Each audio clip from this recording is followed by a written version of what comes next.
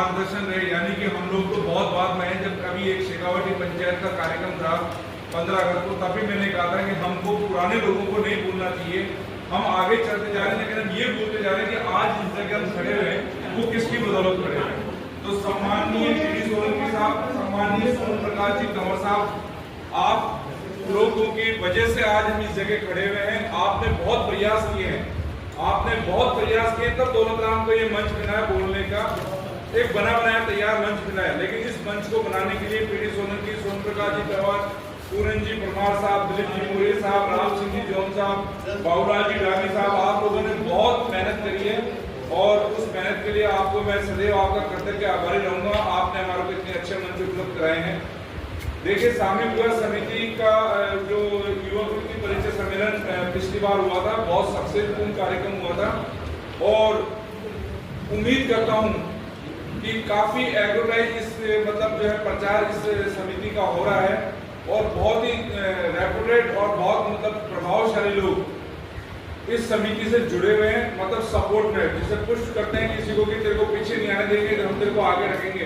तो ऐसे बहुत से लोग हैं जो इस समिति को पुश कर रहे हैं। तो मैं समझता हूं कि अब तक का सबसे बेहतरीन ये कार्यक्रम 26 अक्टूबर 2025 को होगा और मेरी अग्रिम शुभकामनाएं हैं इस पूरे कार्यक्रम के लिए कि ये कार्यक्रम सफल कार्यक्रम हो। जैसा कि सोलंकी साहब ने एक बात कही थी कि हम वीआईपी कल्चर को खत्म करें, मैं एक थोड़ा सा एक निवेदन कर रहा हूँ कि अभी आज हमारा एक कार्यक्रम 2:30 बजे का कार्यक्रम था, अभी कल परसों हमारा कार्यक्रम 15 अगस्त का झंडारोहण का कार्यक्रम था।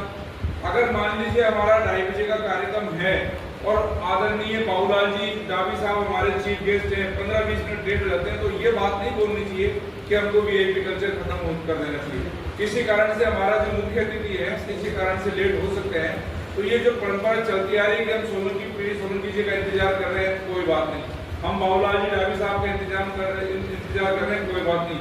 हम गोपाल शर्मा विधायक का इंतजार कर रहे हैं, कोई बात नहीं। इतना आटे में नमक चलता है। तो ये जो वीआईपी कल्चर जो चल रहा है हमारा स्वागत का और चीफ गेस्ट के इंतजार करने का, मेरा ऐसा पर्सनल नजरिया है। बाकी तो जो कमेटी गठित डिसाइड करेगी वो होगा। मेरा ऐसा पर्सनल तजुर्बा है कि हमको ये वीआईपी कल्चर खत्म नहीं करना चाहिए, क्योंकि हमको इनका इंतजार करना चाहिए और इन्हीं लोगों के वजह से हमारा आगे भी कार्य चलता है। वीआईपी कल्चर की बदौलत है कि बाल मुकुंदाचार्य जी को हम रिक्वेस्ट करें और 7-8 लाख रुपये उनसे लेके आए। वीआईपी कल्चर की वजह से ये कि अरुण चतुर्वेदी जब रामचंद्र थोड़ा और अरुण चतुर्वेदी जब एमएलए सांसद थे, तो हमने कटेवा नगर सामुदायिक केंद्र का विस्तार किया, 2 मंजिल 3 मंजिल उसको बनाया। तो मेरे